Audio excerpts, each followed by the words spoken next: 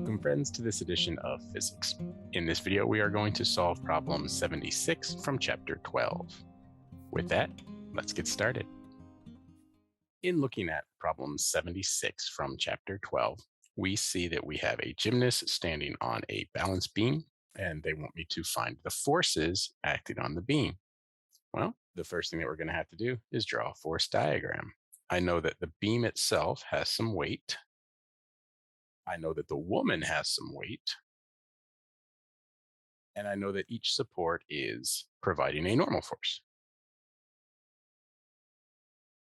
So those would be my four forces.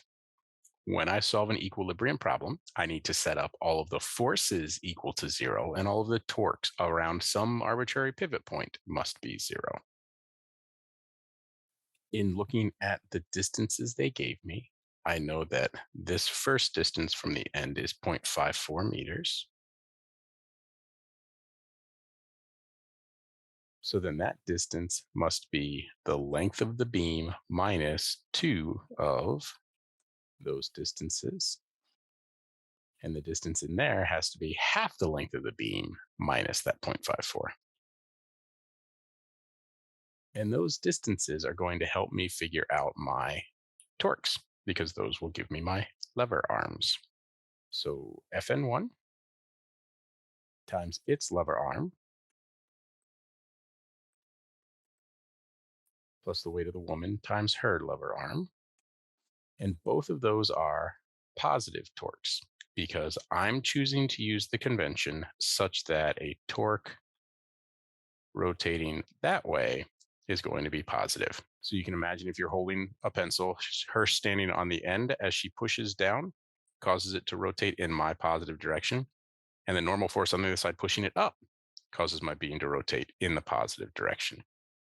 Whereas the weight of the beam itself is going to cause it to spin in a negative direction, as I've chosen. And the weight of beam 2 is actually going to drop out because I'm choosing this to be my pivot point. Why choose that? Well, I want to make it so that one of my normal forces drops out. You can choose either one. You could put it anywhere you want. You could put it here and make that be your arbitrary. Don't, though.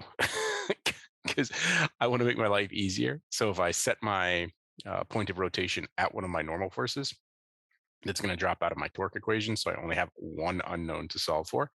So it's not truly a system of equations and system of unknowns. Minus the torque from the weight of the beam times its lever arm. And all that equals I alpha, which is 0. Plug in what we know.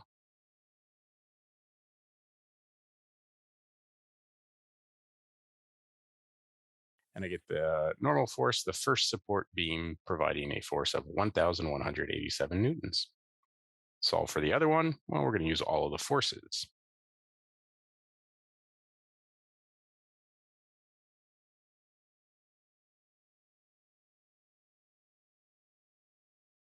And when I did that, I got 1,774 newtons. So there you have it. We saw how we can solve this physics problem. That's all for this episode. We'll see you in the next one.